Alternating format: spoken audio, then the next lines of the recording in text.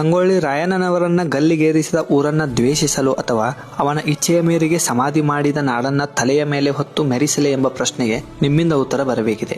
ರಾಯಣ್ಣ ಇಂದಿಗೂ ಮರದ ಮೂಲಕ ಜೀವಂತವಿರುವ ಪ್ರದೇಶವನ್ನ ನೋಡ್ಬೇಕಂತ ಹೇಳಿ ಇವತ್ತಿನ ಇಯಲಿಮಾರಿ ಪಯಣ ಬೆಳಗಾವಿಯಿಂದ 40 ಕಿಲೋಮೀಟರ್ ದೂರಿರೋ ನಂದಗಡ್ ಎಂಬ ಗ್ರಾಮಕ್ಕೆ ಬಂದಿದ್ದ. ತಾನು ಬದುಕಿದ 33 ವರ್ಷದಲ್ಲಿ ದೇಶ ಪ್ರೇಮತ್ವ, ತಾಯಿ ವಾತ್ಸಲ್ಯ ಮತ್ತು ನಾಡಿನ ಗೌರವಕ್ಕೆ ಧಕ್ಕೆ ತರುವವರ ಪಾಲಿಗೆ ಸಿಂಹ ಸ್ವಪ್ನವಾಗಿ ಜೀವಿಸಿದರು.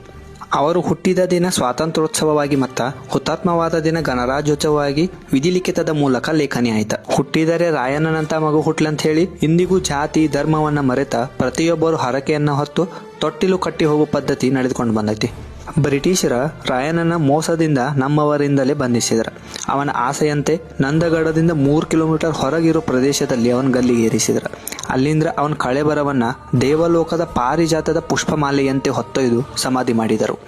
ಫಕೀರನ ವೇಷದಲ್ಲಿ ಇದ್ದ ಬಿಚ್ಚುಗತ್ತಿ ಚನ್ನಬಸು ಆ ಸಮಾಧಿ ಮೇಲೆ ಆಲದ ಸಸಿಯನ್ನ ನೆಟ್ಟ, ಅದಕ್ಕೆ ನೀರು ಉಣಿಸಿ ಅಲ್ಲೇ ಜೀವಿಸಿ ತನ್ನ ಪ್ರಾಣವನ್ನು ಬಿಟ್ಟ. ಗೆದ್ದ ಕಿತ್ತೂರು ತಂದು ಉದ್ದ ಬೀಳುವೆ ತಾಯಿ, ಕದ್ದ ಮಾತಲ್ಲ ನಿಮ್ಮಾನಿ, ಇಲ್ಲದಿದ್ದರೆ ಬಿದ್ದೆ ಹೋಗುವೆ ರಣದಾಗ. ಮಾತಿನಂತೆ ನಡೆದ ರಾಯಣ್ಣನ 8 ಅಡಿಯ ಸಮಾಧಿಯ ಮೇಲೆ ಅವತ್ತಿನ ಸಸಿ ಇವತ್ತು ದೊಡ್ಡ ಹೆಮ್ಮರವಾಗಿ ಬೆಳೆದು ರಾಯಣ್ಣ ಭಕ್ತರಿಗೆ ಪವಿತ್ರ ತಾಣವಾಗಿದೆ.